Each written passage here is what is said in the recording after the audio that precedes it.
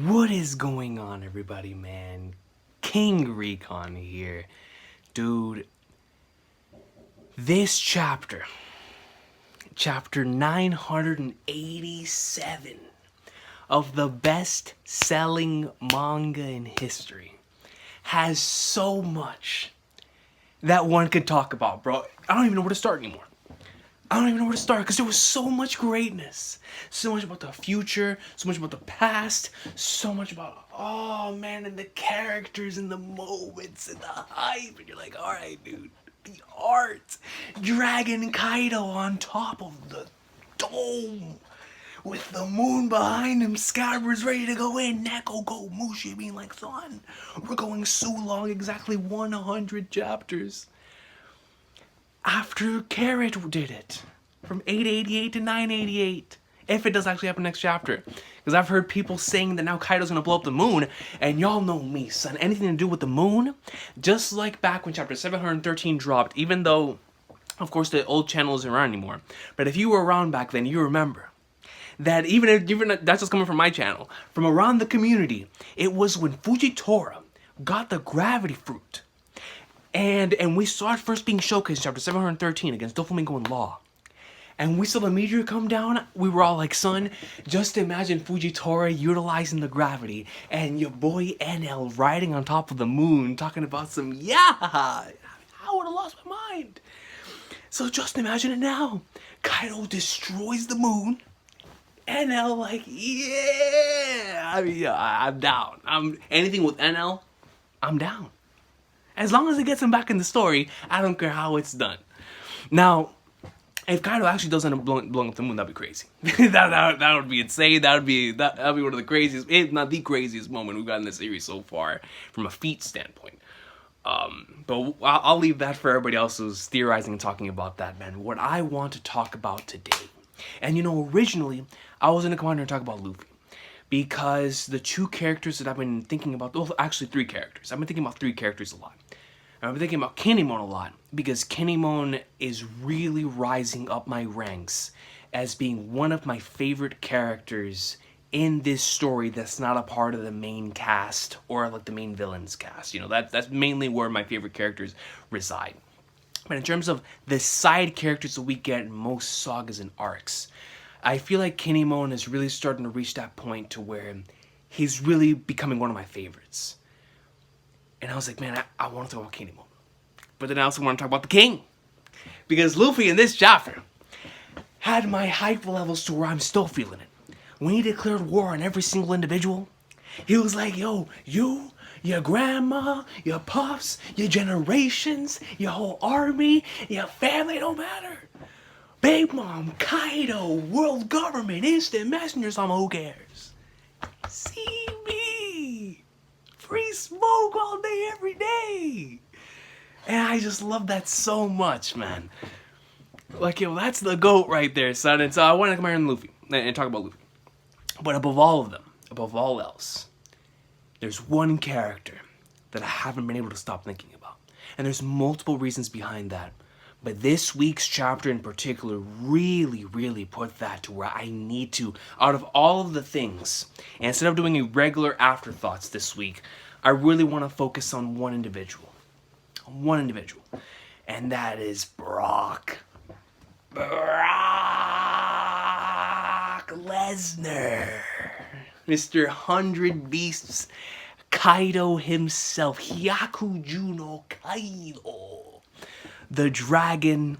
If you put him in Samurai Jack or in Dragon Ball, he would fit right in terms of both from a physical standpoint and from a dragon standpoint, right? In just in terms of the times, he would fit in just right. Such a fascinating and marvelous character from his very first introduction. And this week's chapter just took that to the very next level, man. There were 2 instances in this week's chapter that really put my hype levels for Kaido even higher than I already had them. And that is, of course, the moment where he starts talking about the ghosts that have continued to haunt him and how pirates will eventually betray you. And that incredible double page spread where he was speaking to Kinemon and to Raizo about Pankazu and Dressrosa and Zoe. And then it felt like he started diving into his own past a little bit, but I'll get into that in a second. And then, of course, the end of the chapter where, like me and my cousin were talking about the chapter, and he said, yo, Kaido's giving me massive Thanos vibes in this chapter. And I was like, yo, that's facts. Because, yo, Kaido got back up, and he was like, he started speaking like, man, oh, man. And so whenever he turned into dragon form, now sobered up, ready to go up in like swimwear, and he goes right out to the dome, like he's second resurrection Ukiora. Goes on top of there, and he's like, yo, now y'all can see me. Now y'all can see me on top of here. So I'm super, super excited from both a hype standpoint and from a character standpoint, but mainly what I want to talk about today is from a character standpoint. You know, Kaido, his goals, his motivations, why he is the way that he is. Because this particular moment really gave me the same vibes that I felt back when I read chapter 957. I received a comment from my boy M-Sphere. Shout out to M-Sphere. And in that comment, he was referring to something that I stated back when chapter 957 was released, with Rocks and Instant Messenger Sama, the man, the myth, the legend, with the crown on his head, looking down at the posters. Instant Messenger Sama sitting on the throne, flexing with the Mihawk Sharingan eye, like who knows? Mr. Alien, some people think Instant Messenger Sama's Luffy's mother, I don't know. But what I do know is there's some sort of connection to Rocks. And there's definitely some sort of connection to Kaido and Big Mom. And so this individual, once again, shout out to M-Sphere, brought to my attention that this panel could possibly have some sort of relation to that. And that immediately had my mind rolling again. Where I was like, ooh, mama! The One Piece awesome sauce is rolling. Because listen to me, dog. Now, if you don't know what I'm talking about, if you were not on the channel back then, or you didn't watch that Afterthoughts that I did, I think it was an Afterthoughts, it might have been a reaction, I don't remember. 957 was a crazy chapter. Yeah, y'all remember, man. 957, one of the craziest chapters I've ever read in my entire lifetime. But within that chapter, you had the entire conversation with God Valley, and then with Rocks, and you know the confirmation of who was in Rocks' crew, the fact they lost to and were wiped out by Roger and Garp, that's why Garp was the hero and whatnot. Well, whenever I read that, and I read that Rocks D's back, if you smell what he's cooking, wanted to become the king of the world, and that was his ambition, it immediately started rolling in my brain. There's a connection here between Rocks and Instant Messenger Sama, and I already felt this way because of the whole lurking legend thing that Oda was building up. We all remember with the entire lurking legend concept, and then during the Reverie, we get those 3 chapters back to back, all centered around this legendary figure and Rocks, and the fact that they were introduced around the same time. And like I said back during 957, I'm not sure if Rocks and Instant Messenger Sama are the same person. But what I do know is that they are heavily connected. Heavily connected. Because when you have the giant straw hat and Instant Messenger Sama walking towards the giant straw hat in the following chapter is called The Empty Throne, with the empty throne room being shown off and all the things about the 20 kingdoms and all that stuff. Then in that very same chapter, you start off with Kaido and Big Mom talking about their past. You then move over towards Garp talking to Hina about the past of the Rocks Pirates, which had not been brought up any point in time before in the story. It had been hinted at, but it had not been brought up. So within that stretch, you have that introduction. Then you have the empty throne. And after that, you get the introduction of Instant Messenger Sama. I am led to believe, with the context clues in hand, that they are at the very least related. And this story with Garp, and with Roger, and with the Rocks Pirates, and Instant Messenger Sama, it's all connected. Oda is setting it all up here, man. And like I said, I don't know if they're the same person, but they're definitely connected. And now where am I getting at with this? Kaido, when he was introduced, there was obviously something going on from a mental standpoint. And the more that we see his character, the more that we see that he drinks a lot, we see the stuff that he's done to Yamato, he's definitely a character who's not all right up here in the head, man. He definitely has his own struggles, his own trials, tribulations, his own problems that he deals with on a regular basis.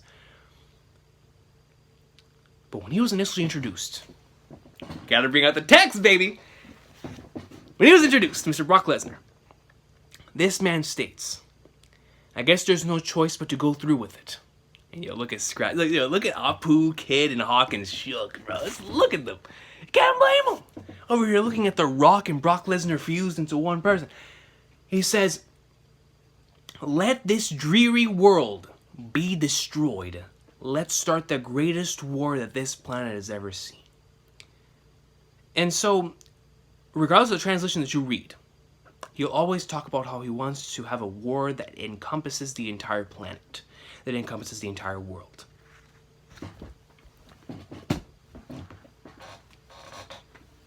We don't know what happened at God Valley. We don't know if Rox actually died. We don't know if it's presumed that he's dead and he's not actually dead.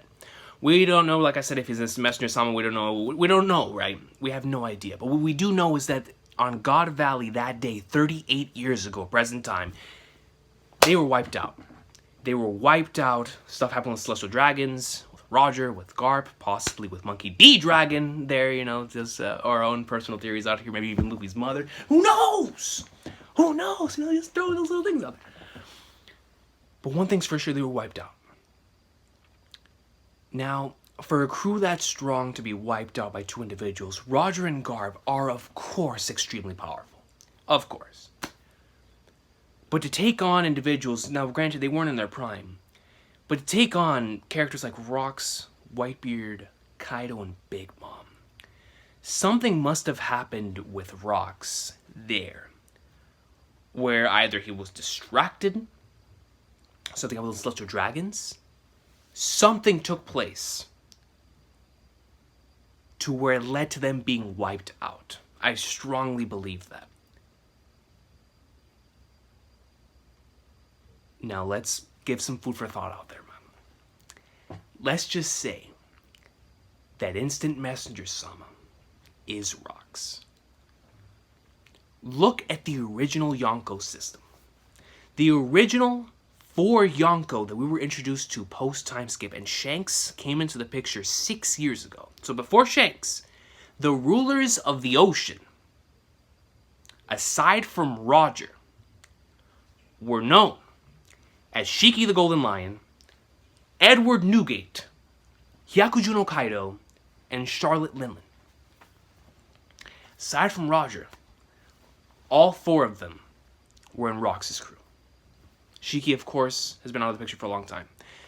So Whitebeard, Big Mom, and Kaido were the Yonko. They were leading those seas until Shanks came into the picture 6 years ago. Was Shanks' relation after chapter 907? Who knows? Shanks is probably a solid snake out here, man, infiltrating enemy territory. You feel me? I have no idea. But think on Kaido, Big Mom, and Whitebeard for a second. If Instant Messenger Sama is Rox, and he betrayed them all of those years ago, and his ambition was to be the king of the world, what better way to be the king of the world? A world split in half between the pirate world and the world of the regular citizens and the world of the world government, where they have this respect and balance, this balance that has been kept in place. What better way to be the king of that world than if you're the captain, the former captain, of the 3 strongest pirates currently roaming the ocean, and you're the king of the world government and of the Celestial Dragons? I mean, it's perfect. It is legitimately, if I am the villain of a story, that's the position I want to be in. Because I know for a fact, those individuals ain't gonna mess with me. I know them, I know Kaido, I know Big Mom, I know Whitebeard. I know them. So if they're out there, and they're the strongest, I'm good. I was their captain. I was Cappy, I was Gang, I was John Cena, I was good. I was the World Heavyweight Champion. Roger's dead. Garp's under me. position than for the king of the world, a person with that much ambition, to actually be in charge of both sides, right? Food for thought. Food for thought, man. Now, how does this relate to Kaido? Let's just say that Kaido actually did get betrayed by Instant Messenger Sama that day, by Rocks. And let's just say the only reason why Kaido was able to get out of all of that was because of Big Mom, which is the favor that was talked about in chapter 107, where Big Mom paid, talked about, now you owe me a big one, whatever the case may be. And so this alliance came to be and whatnot. But if this man Rocks really did betray them in the way that Kaido alludes to it in this chapter, it alludes to something in his past to where, with his face like that, with a sobered up Kaido saying that, with all the messed up stuff that's happened to him in the past, but pirates will betray you when they know you'll lose. They will abandon you and sail away.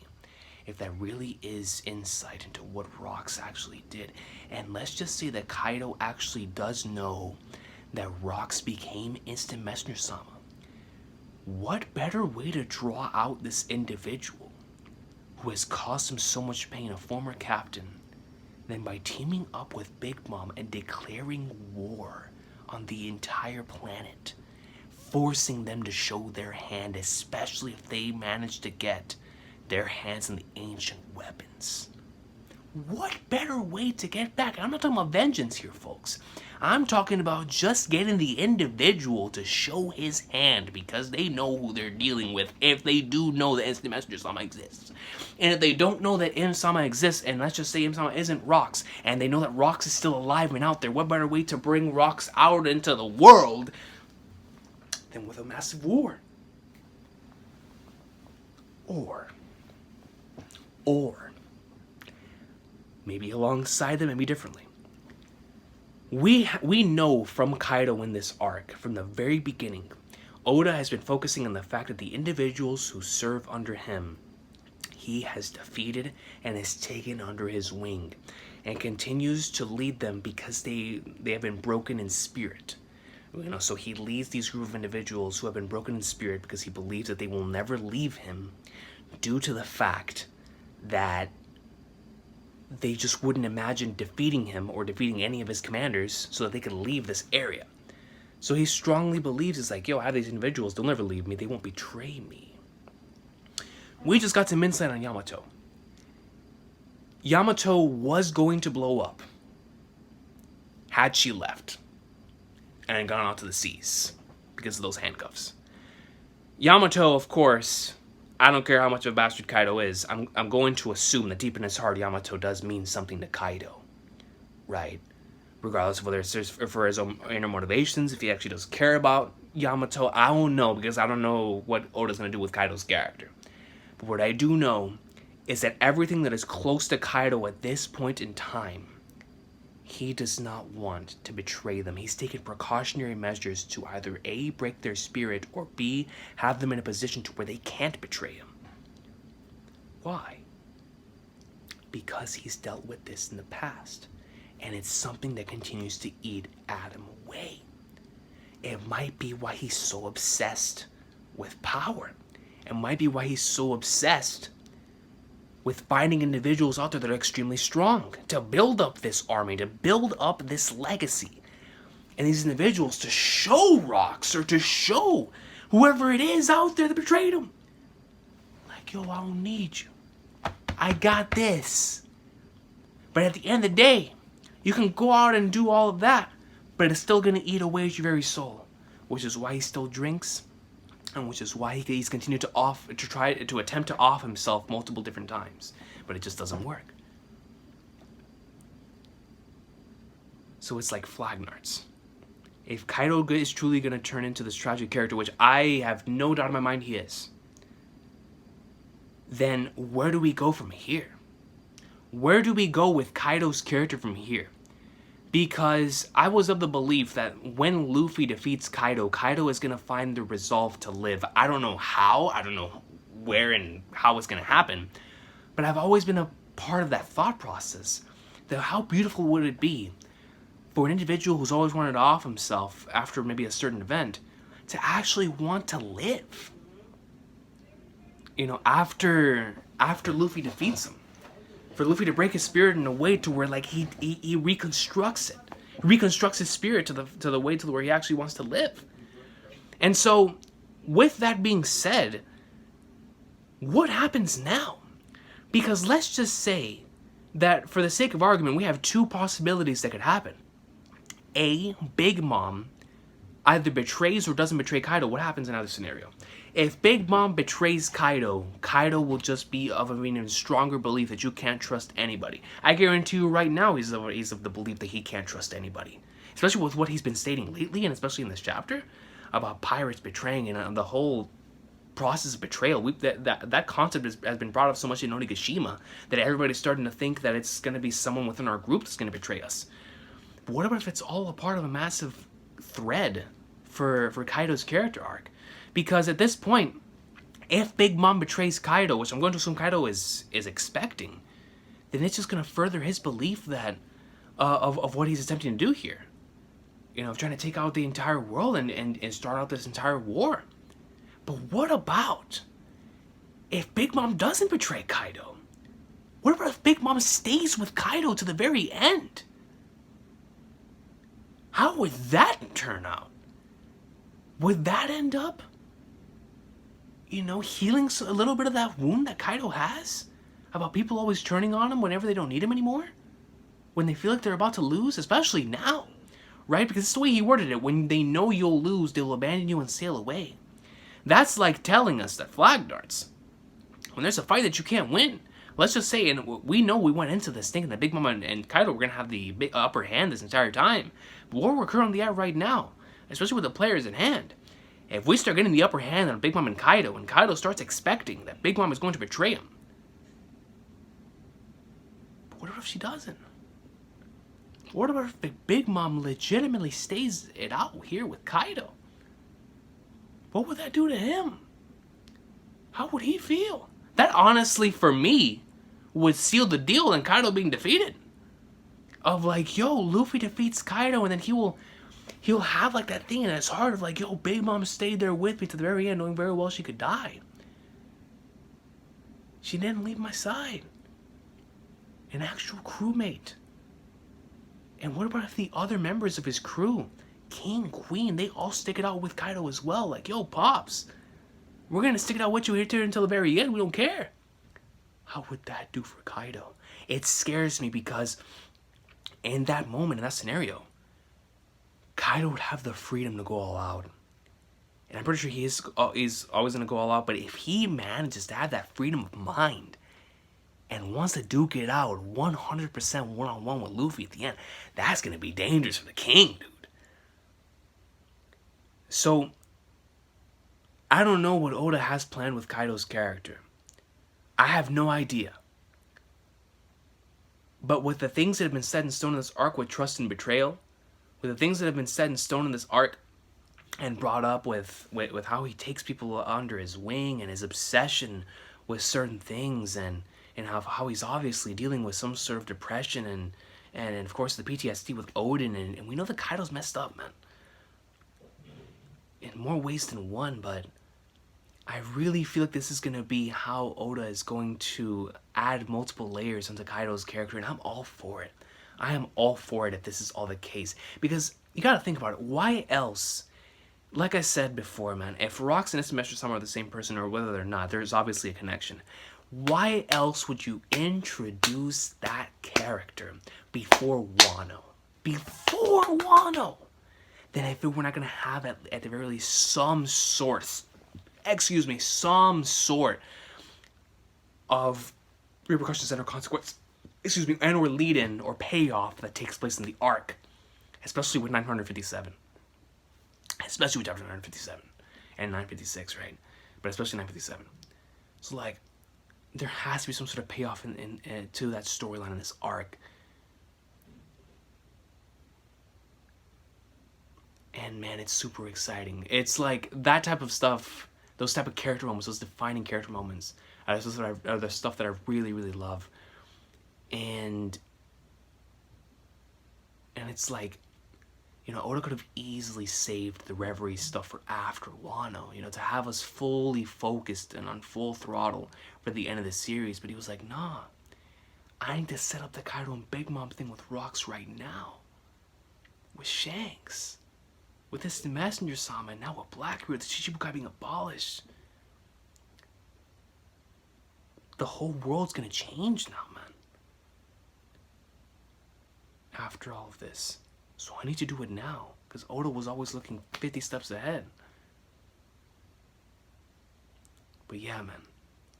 Let me know what y'all think. Let me know what y'all think about where Kaido's character can go. And let me know what y'all think about what's going to happen here in the near future. With this entire trust and betrayal concept. Because if we start getting tested on our side as well, with trust and betrayal, I don't know whether it's going to be with Kid or with Law, or with somebody else in our alliance. But if we start getting tested as well, and Kaido gets tested, we'll be able to see the different reactions from both Luffy's camp and from Kaido's camp to how they would deal with somebody who betrays them, or doesn't betray them. Because you already know, somebody states something about betrayal on Luffy's side, he'll think it's a joke. He'll be like, yo, what you mean, dog? We're in this together till the very end. How would Kaido react? So it's going to cause for some very interesting moments here from here on out on that aspect, on that side. I can't wait to see more about Rocks, and most certainly more about Messenger Sama. But regardless, man, there's a lot to look forward to. You know, this chapter in of itself has a lot of setup and a lot of awesome sauce leading into the future here with Onigashima. But with this entire plot line with Rocks, with Messenger Sama, with Kaido, with Big Mom, Whitebeard, Roger, Garp,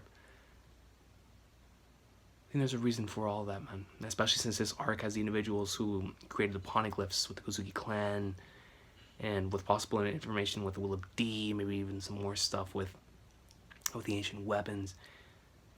There's a lot here that's end of story stuff, and I think we're about to get some answers. I do. At the very least when it comes to Kaido's character and with that portion of the past, maybe some stuff with God Valley. But yeah, man, just keep an eye out for that plot line with Kaido and the concept of trust and betrayal. And if Act 3 does end soon and we move around the world and we do see Instant Messenger Sama again, or we do see the Marines, and they say something about Rocks again, or Instant Messenger Sama, keep an eye out for those clues, because they could be very, very important to where this arc is going to go from here on out, and to where it's going to go from a theme standpoint, and just where he wants to take it whenever he ends up wrapping it up, right?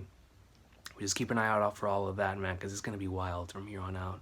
But aside from that, dude, marvelous chapter, and I just really wanted to come on here and talk about Kaido and that possible connection. And once again, shout out to M Sphere for being an awesome individual and putting that comment, because it really put everything in my brain and together. I was like, man, you know, this is facts.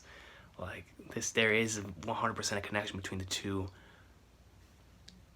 and man, I can't wait to see where it goes. Because you already know, if Oda does go down that route, he's going to give it so much love and time to where by the time it's all finished, we're going to be like, man, what a character.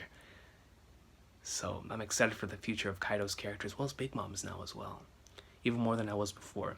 And I'm definitely looking forward to the interactions between Luffy and him. Because Luffy's always the one who ends up changing these characters, as he's the main character.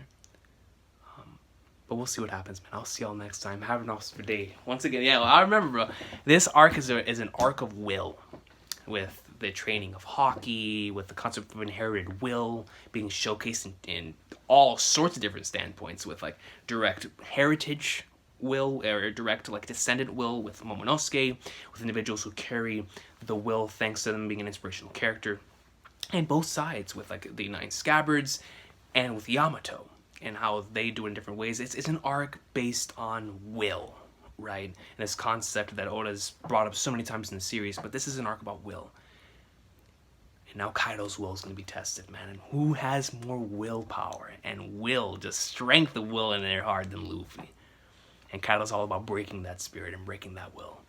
So it's going to cause for an incredible matchup and moments of dialogue, fight scenes between Luffy and Kaido, and I can't wait for that, man. But aside from that, y'all have an awesome day. Take care. Let me know what y'all think about all of this in the comments section down below, and I will see y'all next time. If you think I'm an idiot or whether you agree with me, I would love to hear in the comments section down below, man, because it's that One Piece awesome sauce, and it's always nice to just get some stuff off your chest when it comes to this marvelous story, man. But I'll see y'all. One Piece greatness. Shout out to Kaido. Hey, man, yeah, just look at the you can't tell me he's not the Rockin' Bra Lesnar Fuse, bro. You can't tell me, dog. He most certainly is, you feel me?